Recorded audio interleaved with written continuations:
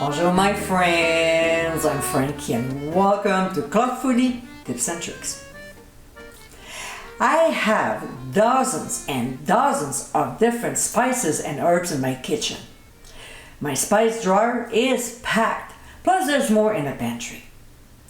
Spices and herbs are an important flavor enhancer in cooking and baking, and I use a wide variety of them. There's one that might be hard to find depending on where you live, so I've decided to make a homemade version of it for you. So my friends, let's get cooking. In a bowl, we'll combine savory leaves, marjoram leaves, thyme leaves, basil leaves, sage leaves, dry rosemary, and dry lavender flowers. Will stir very well and transfer to an airtight container. As you saw in this video, if you can find some, now you can make your own.